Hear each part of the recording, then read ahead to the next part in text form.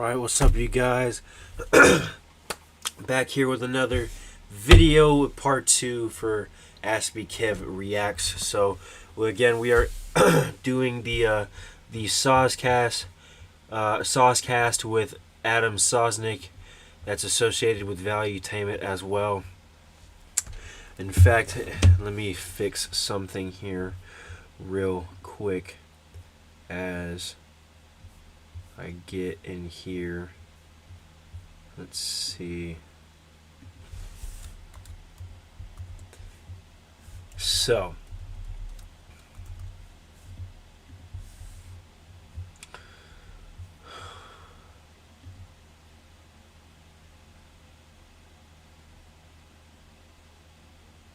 oh, okay, so I did that wrong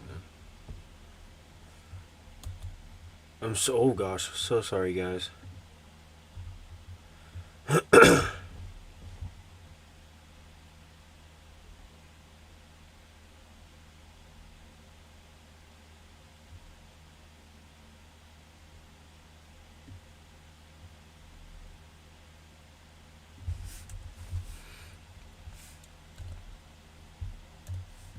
Sorry about that, guys. Alright, so I'm also streaming as well, so I mean, I'm technically live if you want to go down. I'm about to post it on my Instagram stories too, so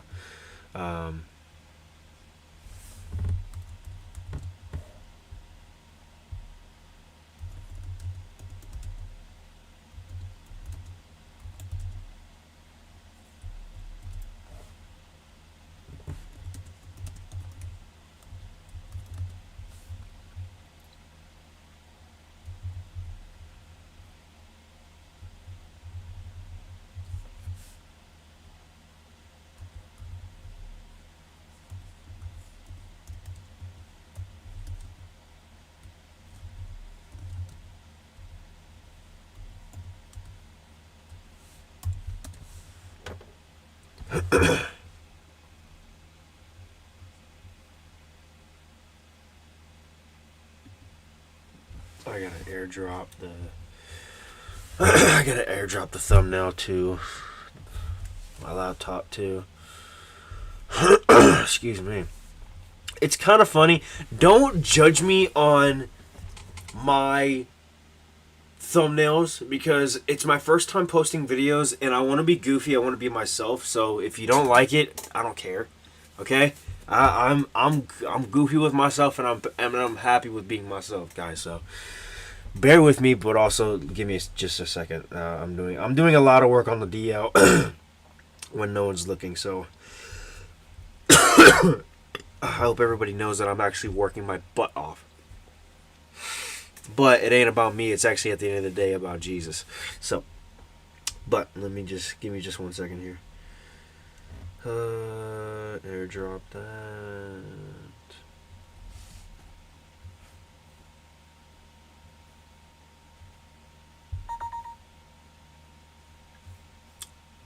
Oh wait, I'm gonna do that again because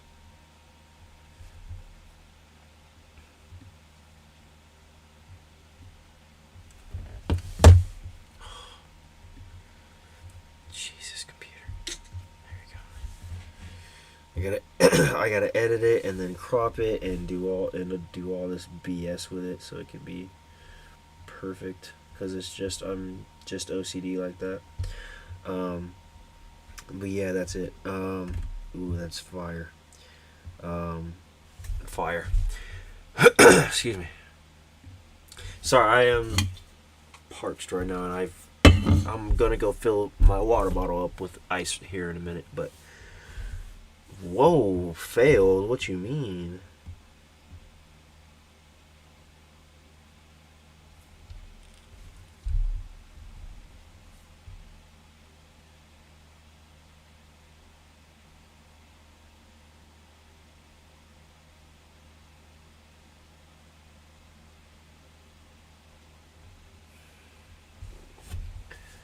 What are we doing?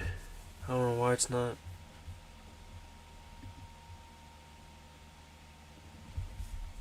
Why? What?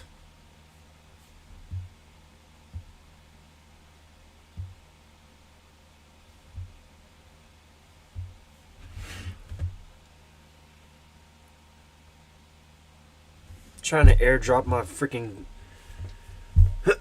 trying to airdrop my stinking...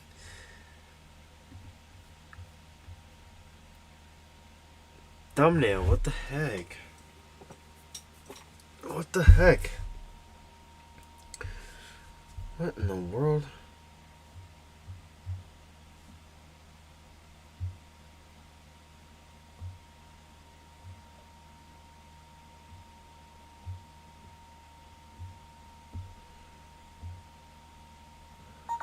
Okay, I was like, what? I don't know why it was not working. Okay. Okay, so I got the thumbnail.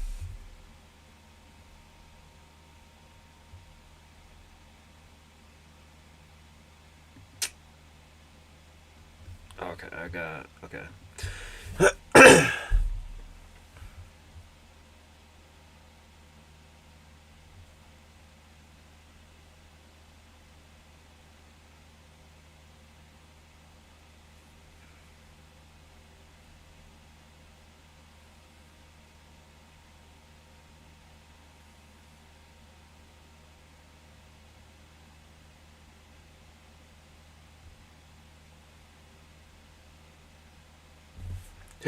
Excuse me, I kind of blanked out for a minute. Okay, so now... whoa, gosh.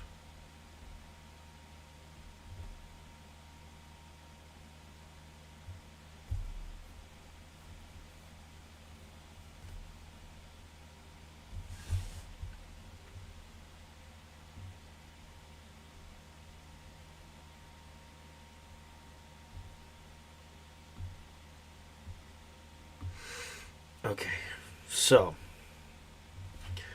alright, so let's pick up where we left off. Okay, so we are in... so we were watching...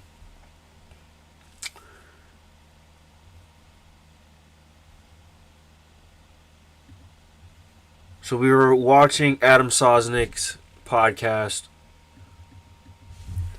also associated with Valuetainment as well. And it's gonna be so we were talking, we watched it, I think we went through almost an hour of it. Also, by the way, I know that the stream was an hour and a half. I know the stream was an hour and a half, and I know that it was pretty long, and we had a lot of dialogue, but it was really, really good stuff, guys. I mean, I love this stuff. Sorry about that. I'm copy and pasting stuff, and the cursor is like fading to black on my screen, on my OBS. But let's see.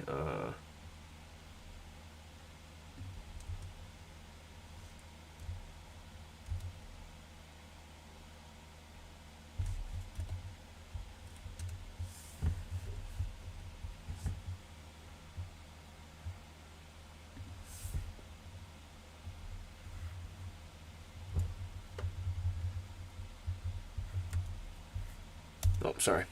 Sorry, guys. Okay, so...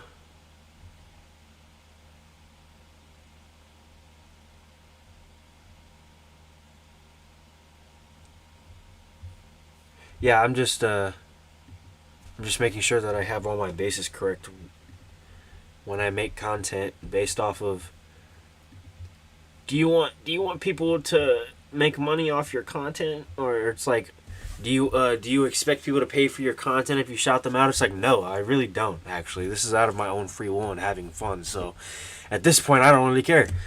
But I care about, the content that I genuinely bring out when it comes to the Word of God and when it comes to all of my content. But at the end of the day, I know that people will take it out of context, misinterpret it. People won't understand it, but it is what it is. But yeah, I don't know. It is what it is, I guess. But I'm gonna go fill up my water bottle, and then we will get started into back into the video. So they left off of starting off with getting back of talking on the topic of the Diddy naming names. But I will be back. I'm gonna put my screen on black so I don't just have everything showing. But yeah, I will be right back, guys.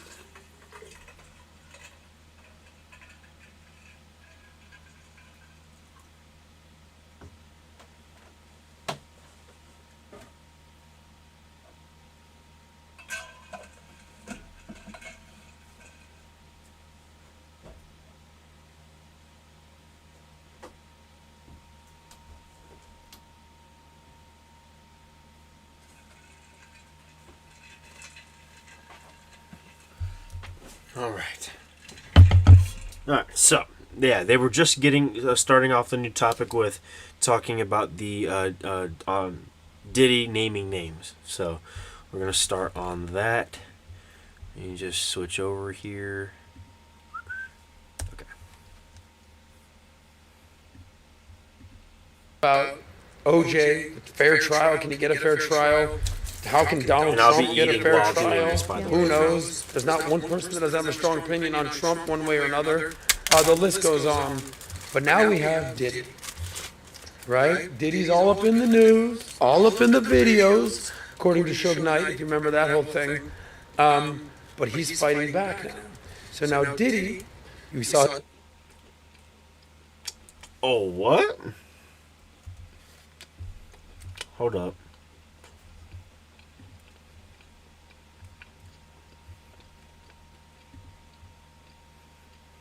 Get a fair trial. Who knows? There's not one person that doesn't have a strong opinion on Trump one way or another. The list goes on. But now we have Diddy, right? Diddy's all up in the news, all up in the videos, according to Suge Knight, if you remember that whole thing. I want to ask y'all, what do y'all think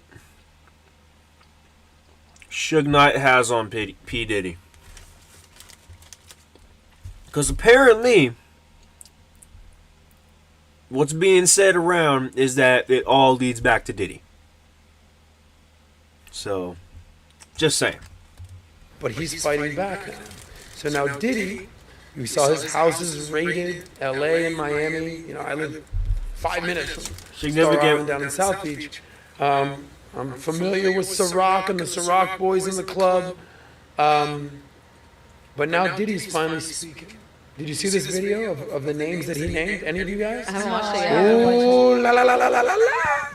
Let's hope that this is actually true. So Diddy is basically saying the following.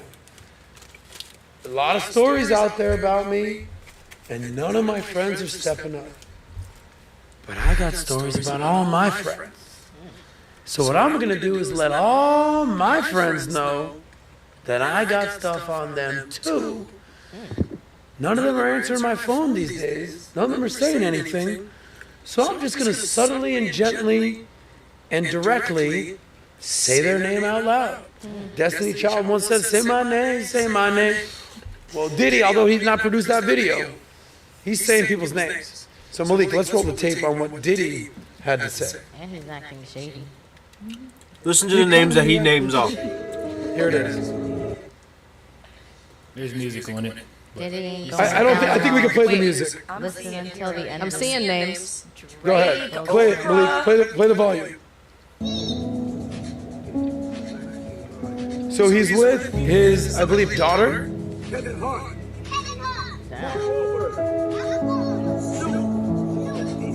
You can do it on 1.5 too. Why is he making his kid do that? Yeah. So He's having his kid read out the names. evil. That's weird. That's creepy. I thought this was from an older video from like 2022. It's not evil. Look at what God is doing. Look at what God is making them do. Is it? Look, just look. It's that simple. It's happening right in front of you. This is fascinating. Malik. That's all he got. Fast forward a little bit. Okay, Jessica Alba. At Yeah, least keep I didn't going. see Trump in there. Keep going. Keep going. Like fast forward like 10, 15 more seconds. All right, back up 5 seconds and slow it down. Back up 5 more seconds, please. And slow it down. Turn it up. Does that look like Biggie? Or, not Biggie. Does that look like Diddy? I want you to look really, really closely at that person right there. Who does that look like? Me personally? Who does that look like? DMX? Maybe a little person. Maybe. Maybe. Just putting it out there. No, it's Diddy. I'm kidding. It was just a joke. But I know it was not a good joke because it was not funny. Okay. So what he's saying is all these people, they get too busy to answer their phone. So I'm going to name some names. Now, I don't know what's happening here. And by the way, I don't even really care when this, like if this video, he knows all these people. So he's friends with all these people. Do you have that video of the party? They're talking about P. Diddy being the Epstein of Hollywood. Now, if that's true, there's a lot that needs to be told here. You know what I mean? That he's at. So Oh yeah. Okay. He's another one. just don't. I get. Here's what all I'm saying. At some point, Diddy has dirt on a lot of people. Does anybody disagree that Diddy has dirt on a lot of I people? think they all have dirt on each other. That's the whole point. That's how Okay. the system works. Kind of how it all works. So his buddy Stevie J, who's one of the biggest DJs in Miami, I've been to Live on Sunday too many times to name. He DJs there all the time. I've seen Diddy there. I've seen Lil Wayne there. I've seen Rick Ross there. I've seen all the NBA guys. He sort of had his back on this, but it could backfire, ironically. Stevie J says, I just want to remind you guys that they do have something to worry about. This is what a real Diddy party looks like. Play this video. You definitely can't play the volume. Oh no. This is from a 50th birthday celebration in 2019. Full disclosure. Tell me who you recognize in this video. You're gonna recognize a whole lot of people. Dr. Dre, Kobe, Mm-hmm. Kendall Jenner. Hit the volume for 3 seconds. Jay-Z.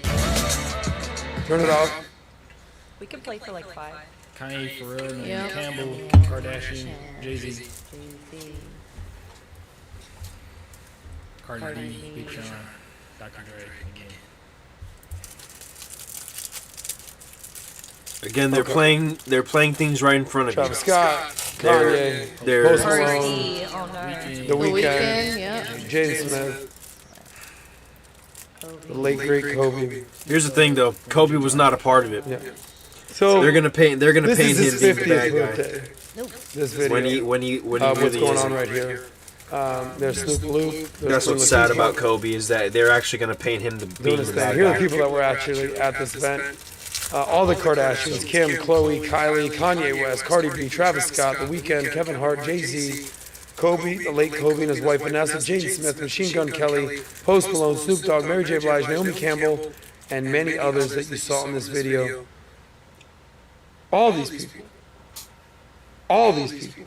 could potentially be subpoenaed to be at the Diddy trial. Kevin Hart right there. So when we talk about OJ, you know, as Adam Sandler famously said in the Hanukkah song, OJ Simpson, not a Jew. All these people could potentially be subpoenaed. Jay-Z, in the biggest potential trial ever, Diddy. And I'll tell you why. The O.J. Simpson trial, humongous. They weren't interviewing other celebrities. Yeah. The Johnny Depp trial, humongous. It was just Johnny and Amber Heard. Harvey Weinstein. I don't know what happened there, but we don't really see much of that trial. What do you remember from that trial? Vague headlines on social media. Okay. That's pretty much all anybody talked about. The Epstein trial that everybody said, oh no, there was no trial. What happened with him? The Ghislaine Maxwell trial, I don't, Nothing did burger. anything happen with that? No. That was disappointing. The potential magnitude of a Diddy trial, if Jay-Z and Beyonce have to take the stand, if Justin Bieber has to take the stand, if all of Bad Boy Entertainment and Death Row Records have to take the stand, if Kevin Hart has to take the stand, if Post Malone has to take the stand, should I go on here? If all these people who are affiliated with Diddy and have known him for years, if Ashton Kutcher has to take the stand, these are all his friends. DJ Khaled, he's going to be like another favorite, another one. Here's the thing. If all of his friends come out and say something about Diddy, I don't think people realize what it's actually going to be. It might really shock us for a little bit, but it's another video. Another one. That's just who's going to be taking a stand on a Diddy trial. It's going to be the biggest thing we've ever seen in our lifetime. Agree or disagree? Totally agree. Yes. The question is, even if they take the stand, will a lot of these people actually provide information, or will they plead the fifth? Well, if you've ever listened to a rap song, Isabel, snitches get stitches. So we'll find out what happens here. Now you're in this world. You've been Okay, snitches get stitches, but they also snitch on themselves in rap videos as well. So they're actually kind of hypocrites. loud. You've been to the club. You know 21 Savage. Hold on, let me adjust my jacket for a second. Go ahead, Nat. What do you want to say about this subject? It's a chance for people to come and speak the truth. It really is, whether you're snitching or not. If you want me to be honest, I think the fact that he's naming names, kind of publicly threatening everyone else, to me is saying that you're somewhat guilty of something. In my opinion, call me crazy. I think if you're threatening people, hey, you don't answer my phone, let me name all the people that not answer my phone, it's because you have something to hide.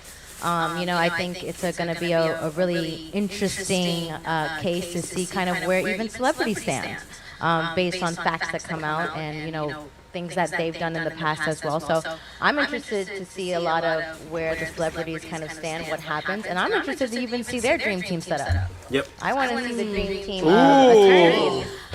Who's going to pick who and what's going to pick who. And from there, also the marketing that comes after that. Books that come out, the marketing, all the content.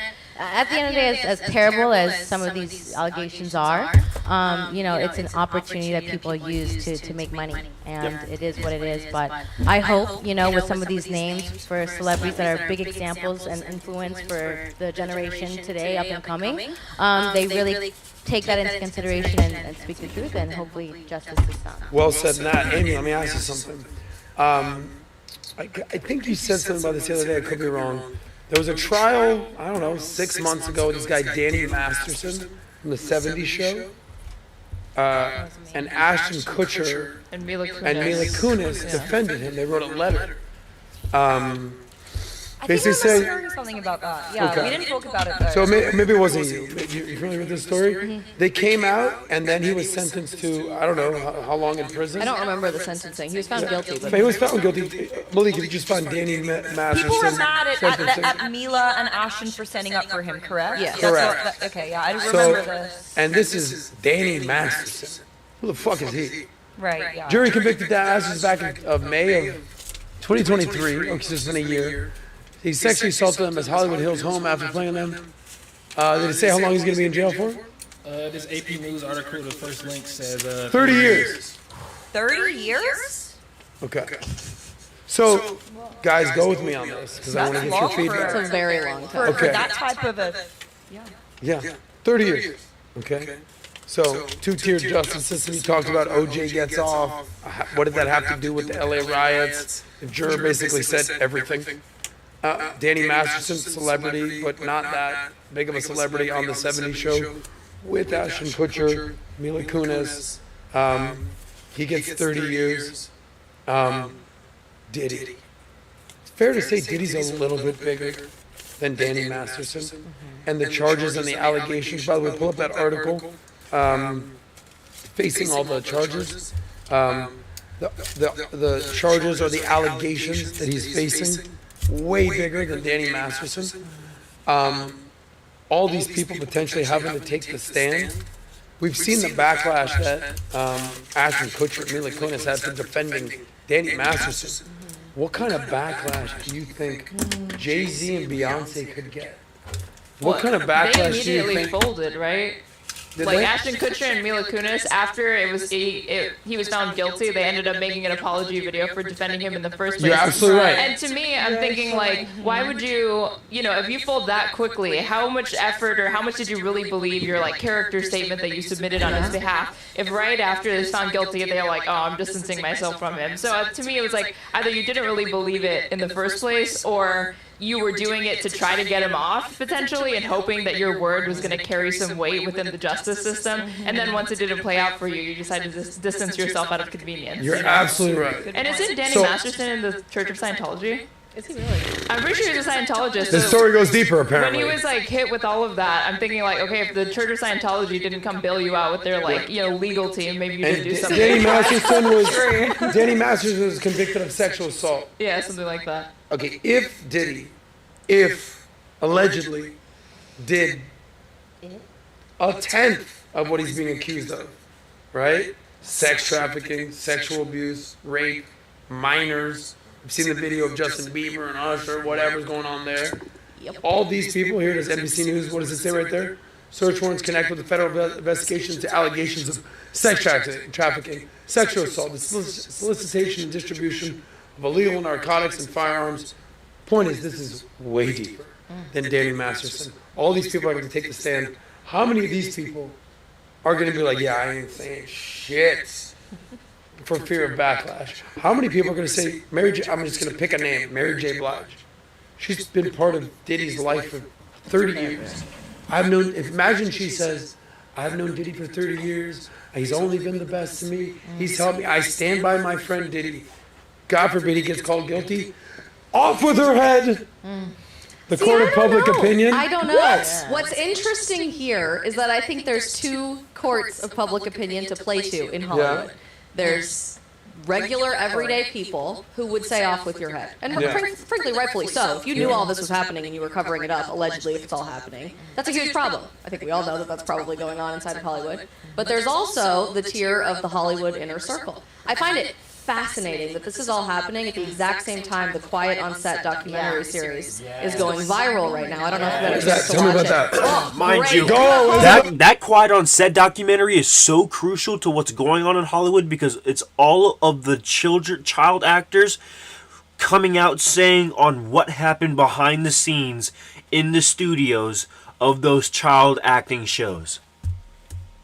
Let's You hear it. have homework tonight, Adam. I got a comedy show tonight, but go ahead. A group put together this documentary series. A new surprise episode just dropped. I haven't watched it. Called Quiet I need to on watch it Set, too. investigating the sexual abuse that was happening to child actors on Nickelodeon during the late Oh, 1990s yes, and early yes, yes. 2000s. Ariana Grande, was you All part of of this that? has now been exposed. They weren't able to talk about certain stories largely because of NDAs, but Drake Bell, for the first time ever, shared his story Josh and publicly Drake, yes, I've heard of this. being I've heard rumors sexually of this. abused Yes. over years and years and years at Nickelodeon. Here's the thumbnail for the show, Quiet on Set.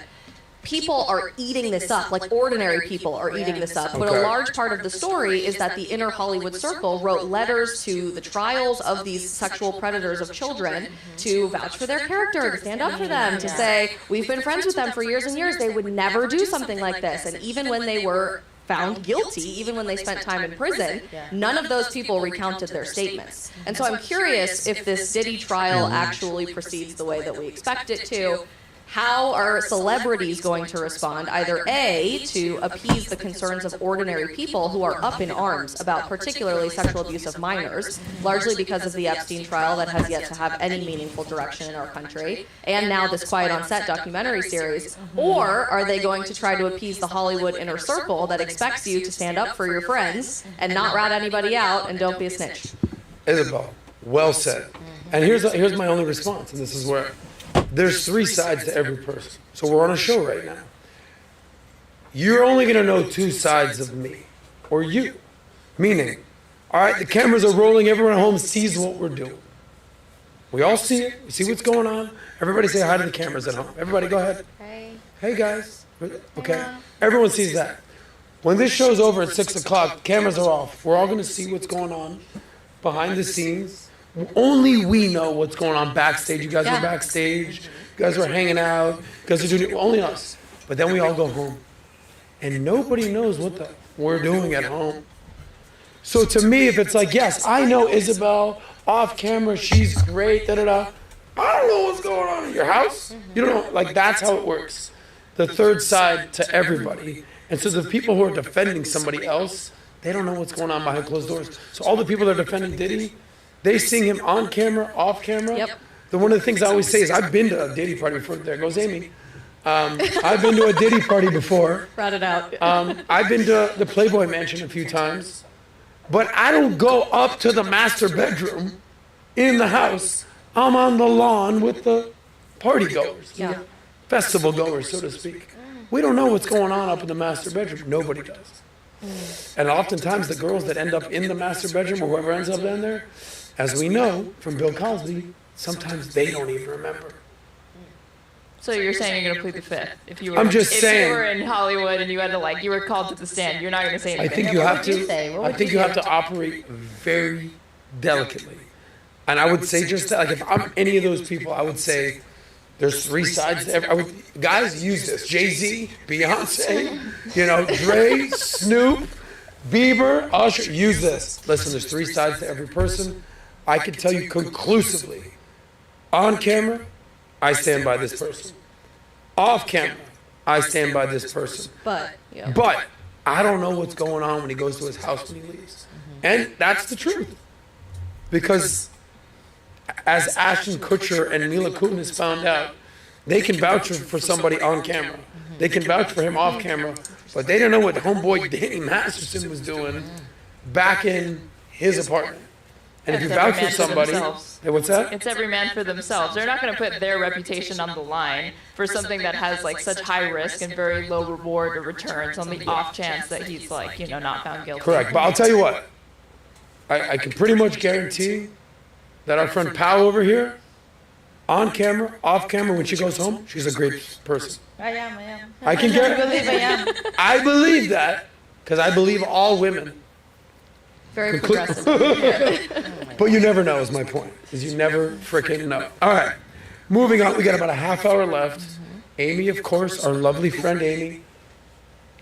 When there's a half hour left, she's got to use the restroom. Everyone okay? So what I want to do is I want to focus this last half hour. Yeah, we can not go wide on this one. On Isabel's book, The End of the Alphabet, How Gen Z Can Save America. I found some excerpts from the book. I'm going to tee you up, and I want to let you know let the people out there know some of your conclusions, what they found. Here's some of the excerpts I found. The perfect future world our grandparents and our parents so carefully built, where we inevitably have flying cars and world peace, really looks a lot more dystopian than anyone would have ever expected it would. We are quite literally living in the upside-down world in an inverted reality from what it should be recognizable and familiar. Right is wrong and wrong is right. You go on to say this. The perfect, progressive, allegedly utopian society for the last few generations have carefully built, step by step, has not translated to happiness, fulfillment, or even hope for Gen Z.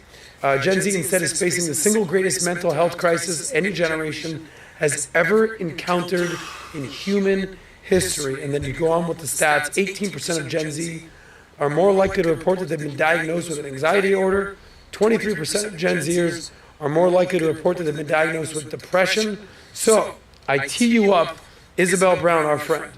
How, with all these issues, with everything that's going on, with the deck stacked against Gen Z, how the hell are they going to save America?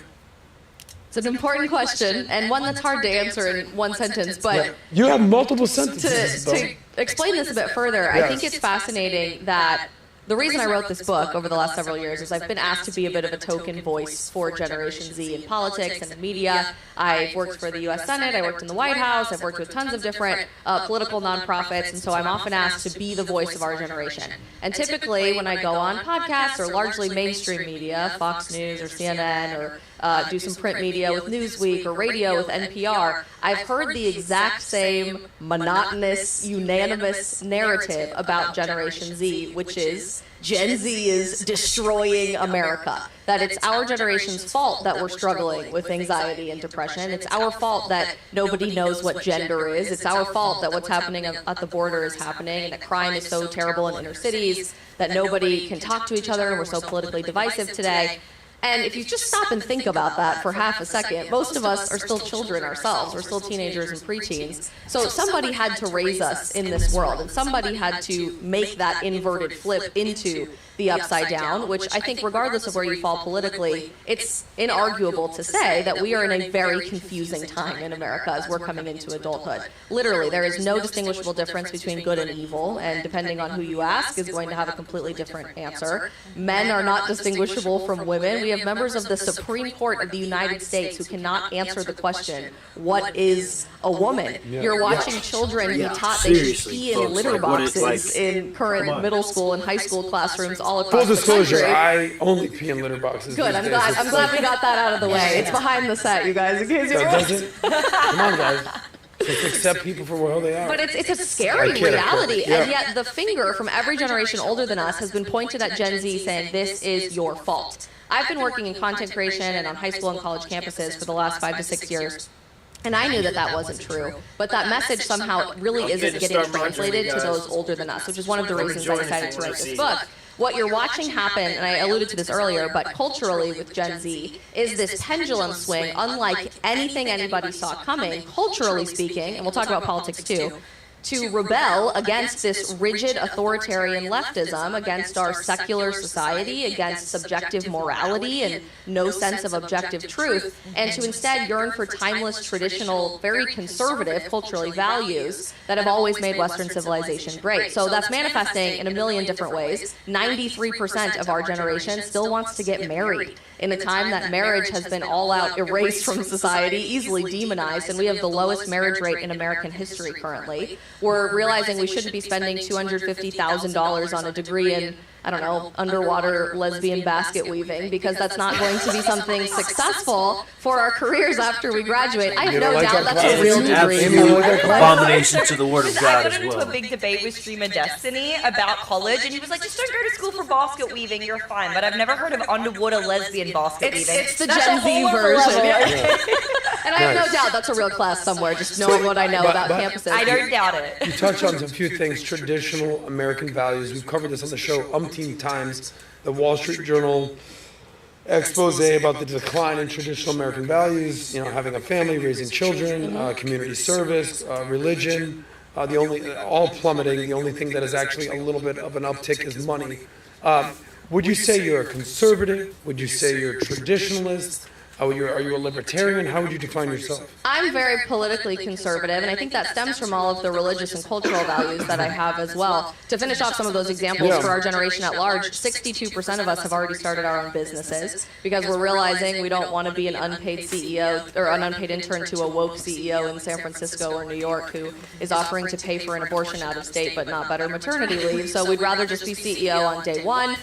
We're quitting our hormonal birth control from across the political spectrum at large as a generation, so much so that the Washington Post totally freaked out about this the other day and blamed it all on right-wing QAnon influencer propaganda instead of our generation reading the side effects of birth control on the box and saying we don't want to be taking this anymore. And so you're watching this cultural revolution happen, and it was the late, great Andrew Breitbart that was famous for saying politics is downstream from culture. That if you want to start changing what's happening in the Oval Office or the halls of Congress, you have to first start by changing how people are living their day-to-day life. I am a very conservative Gen Zer, but I think even if we wouldn't necessarily label ourselves politically conservative right now, that is the trajectory we are going in, largely because of these lifestyle choices and cultural values we're embracing in defiance of those older than us every day. So, and by the way, Malik, pull up this article. I'm going to reference it from The Hill in a second. I'll tell you when to pull it up. I think it's the last thing I sent you.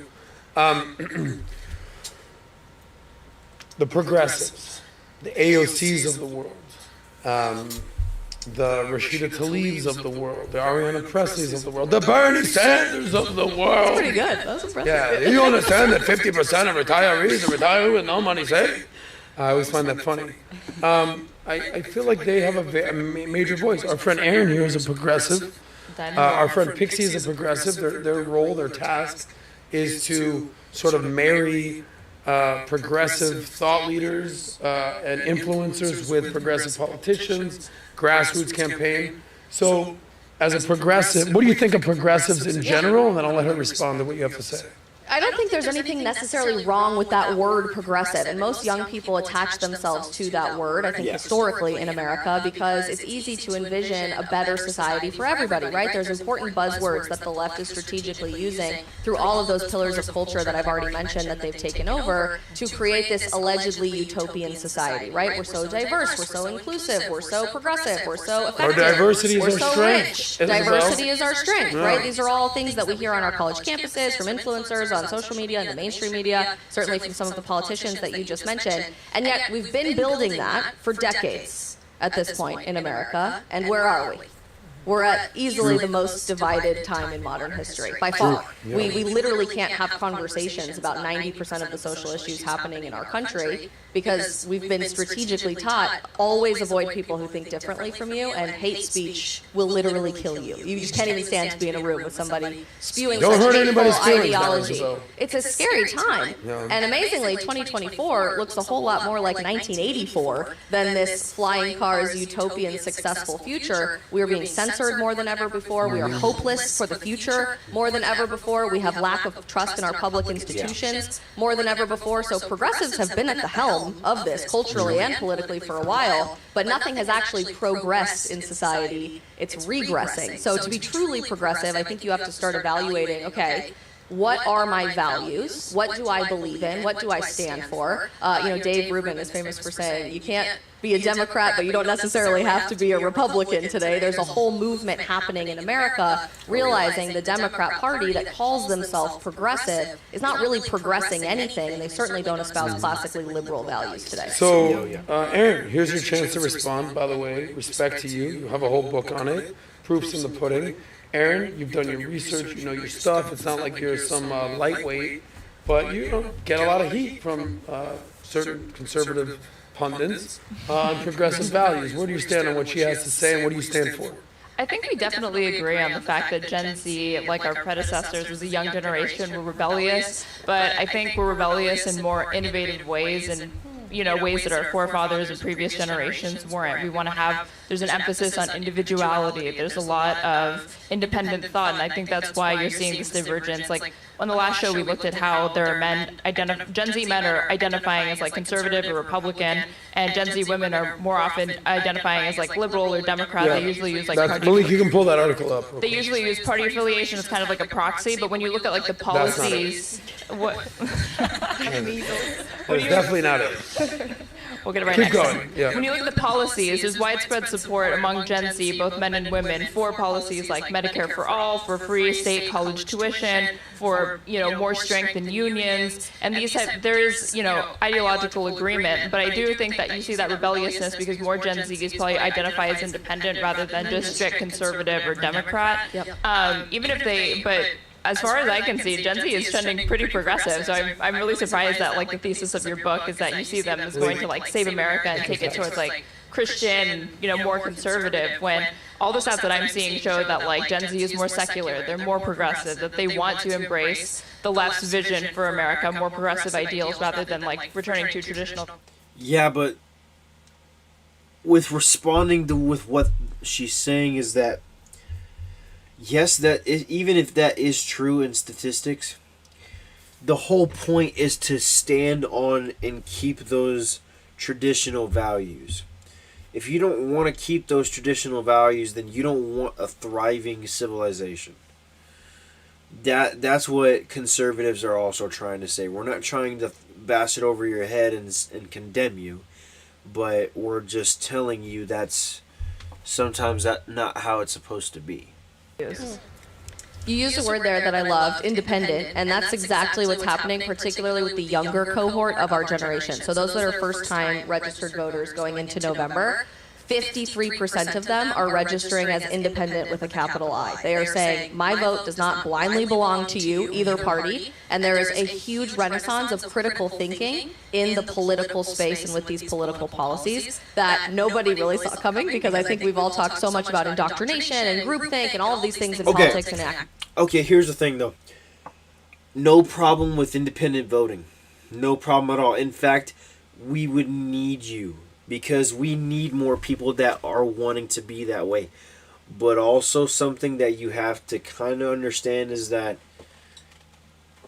if you think that your vote is going to nothing, if you think that your vote is not going to count, first and foremost, if we're voting and people are voting online, over the phone, over by mail, something happens in the mail, what do? If something happens with our internet and our power grid shuts down, what do we do then? Then you're rigged at that point. So at that point, you just praise to God and just hope that He catches you. Over the last several years, in rebellion of those trying to get us all to think exactly the same way, we're saying, hang on a second, I want to ask more questions about who's running for president, and do I really agree with that? Do I agree with this mainstream opinion on abortion? Do I agree with this thing I was just taught on gender ideology in my psych class? Let's think a little bit more critically about that. And so that independent voter base is absolutely growing. If you study exit polling from the last several elections in 2018, 2020, and 2022, the graph looks like a perfect diagonal line. If you remember high school algebra, the sample y equals mx plus b graph, towards more conservative politicians, policies, ballot initiatives, etc. And when you hear this overwhelming narrative, Gen Z is so progressive, they want this and that and this and that, it's a whole lot more nuanced than 99% of the things you're seeing in the mainstream media. A great example is abortion. I think everybody on the left is expecting Gen Z to vote to codify Roe v. Wade going into November and codify just abortion on demand through all 9 months of pregnancy for any reason. That's what's being asked from the Joe Biden-Kamala Harris administration of this group of young voters.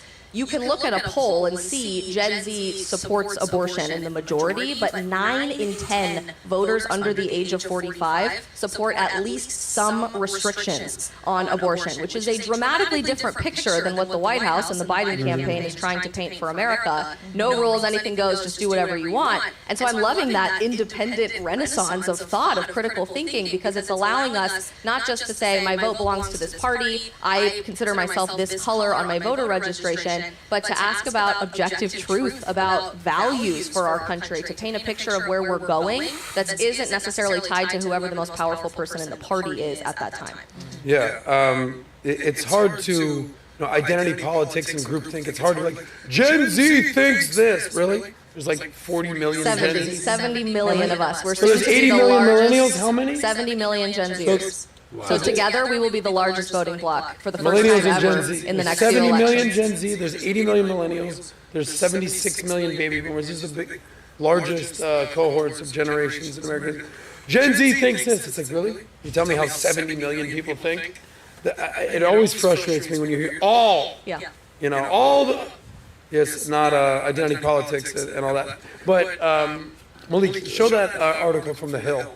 Guys, apologize. There's no measles outbreak. It's the wrong article. We're talking about high school boys. You said Gen Z doesn't, it's just, 26, 27 and under. Through about 12, 13, yep. To about 12, 13, and then it goes to Generation Alpha, right? It starts over. My nephew is 10 years old. He's an alpha. That's what's up, bro. He's an alpha.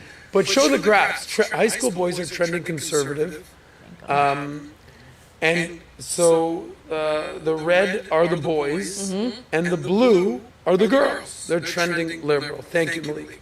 So this is kind of what I was talking about with Dave Rubin, where you're seeing all these stats out there, credit to you, but then you see a stat like this, and look, stats are great, and but at the end of the day, you gotta. The boys and the girls have to kind of make the babies, guys, despite popular belief. What? Yeah, I don't know. Men can't be birthing people? Guys, No way. I know that I say controversial, outlandish things at times, but yeah, I'm old school. Yeah. The girls have the babies and the boys have the, what's going on out there. But if they're not getting together, how are they going to make the babies? Here's an article out here that I think we can show about Gen Z dating, because I know you've talked a little bit about this. Amid an epidemic of loneliness, we talked about 18% of Gen Z adults more likely to be diagnosed with anxiety disorder, 23% of Gen Z diagnosed with depression. Obviously, you guys suffered greatly from the lockdowns. You were in college, you were in high school, you're not getting together with your friends. How are they dating? And I see you've said that they're just kind of done with the dating apps at this point. and that speed dating is making a comeback because Gen Z face dating app fatigue. Malik, you have this article? Here it is right there. Gen Z speed dating is making a comeback. Old school. Have you ever seen the 40-year-old virgin? Yep. Where Steve Carell goes on the speed dating and he's like, oh, what's your Gina? Oh, nice. Yeah, okay. Is it Gina? Gina.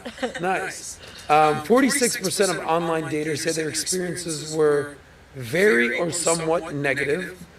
Eventbrite, which is the app that kind of puts parties together and events together, Eventbrite, saw a 63% surge in speed dating events since 2021. That's interesting that speed dating is actually coming back, because I remember back in the day when I was a kid growing up that speed dating was corny, and now it's actually coming back, which is funny. 3% increase in dating event attendance in 2022 and 2023. 61% of online dating users range between 30 to 50, and 26% are 18 to 29. So evidence showing that Gen Z is sort of done with the dating apps. They want to get out there. Yeah, who They wants to want go on Tinder? speed Just keep date, swiping. bing, bing, bing, bing, bing. Maybe go home with a person named Gina. You never know. What are your thoughts on speed dating over dating apps these days? I'm not surprised, and I think it really stems from this world we're living in where we spend all of our time through screens. Our job, our school, our entertainment, everything is so two-dimensional that we're trying to break free from that. Dating apps were so popular in my early years of college, and honestly today, I've never downloaded one, which I think most people are really surprised You've never by. downloaded a Never dating app? downloaded a dating Wow. app. I'm engaged and getting married in like 80 Lucky. days, which is very exciting. Brock. Lucky. Yeah, Brock is my fiance.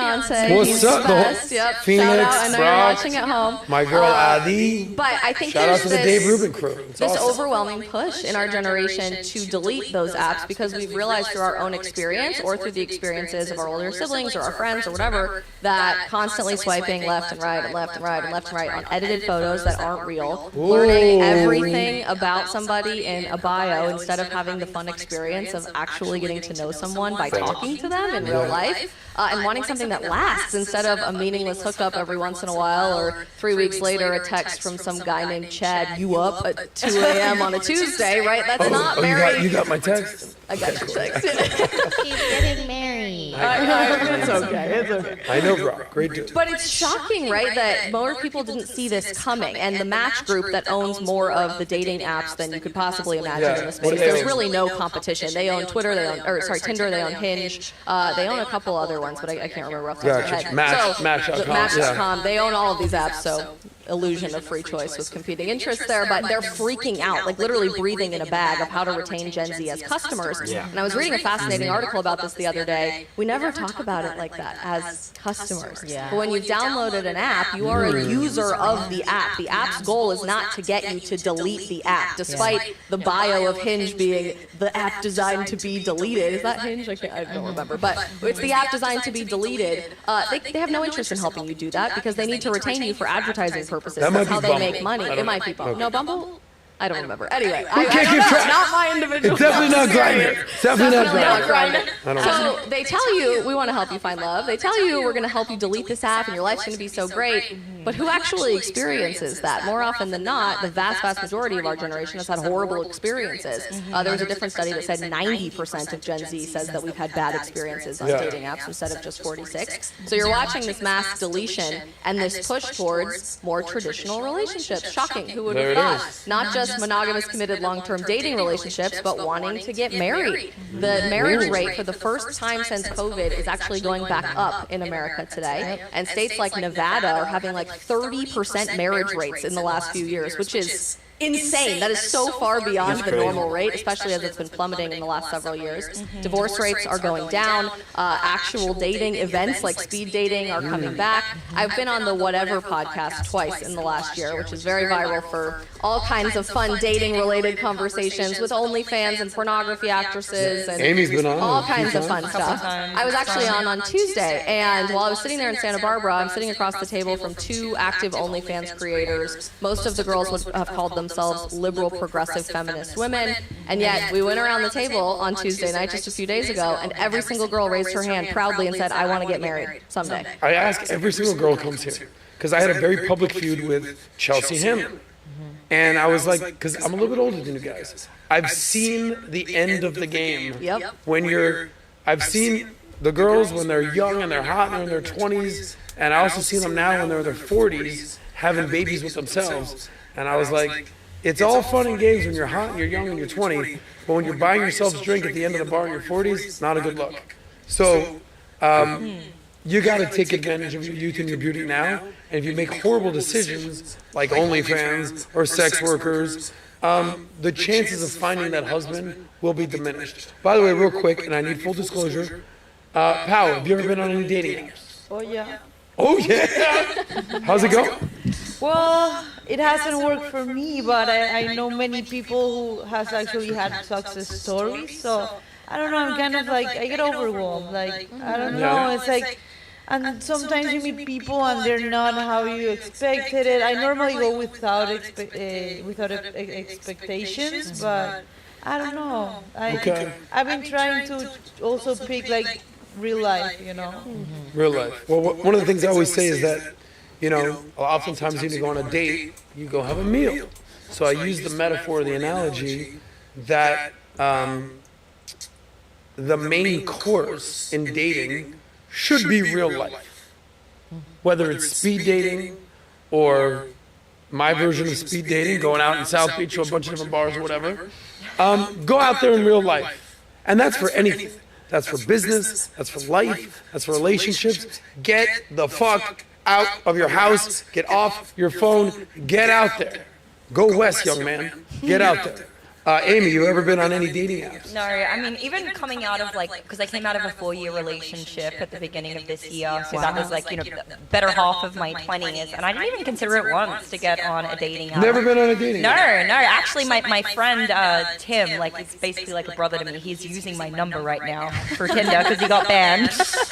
How do you get banned? I don't even want to know. Well, I can actually tell you, a girl came to go see him. She looked nothing like her pictures. And so basically, you know, she came upstairs, they were having a conversation, and he didn't know how to break it to her, like, girl, you don't look anything like your pictures. So he walked her downstairs to get him the Uber, was like, oh, I left my wallet upstairs, and then texted her, I'm sorry, I'm just not feeling it. You're going to have to go home or go out and have a great night. And she reported him, and that's how his number got, Drama. Yeah. Wow. Sorry to hear that. Nat, you ever been on a dating app? Yes, I have been on a dating app. I've dated one person from meeting them on a dating app. It was probably one of the worst relationships. How many dates did you go on? Well, I've been on 2 dates from a dating app. The first date was horrible. I almost got taken. What? Yeah, a little bit. It was a little. Like Liam Neeson style? Yeah, it was. I don't want to say taken, but I almost kind of got like I guess. You know, got a little bit aggressive. Predatory vibes? Yeah, like that. And then the other person, Well, we got your back. No. Thanks. Then the other What was the other person, I dated him and ended up taking care of him, and yeah, it didn't work out.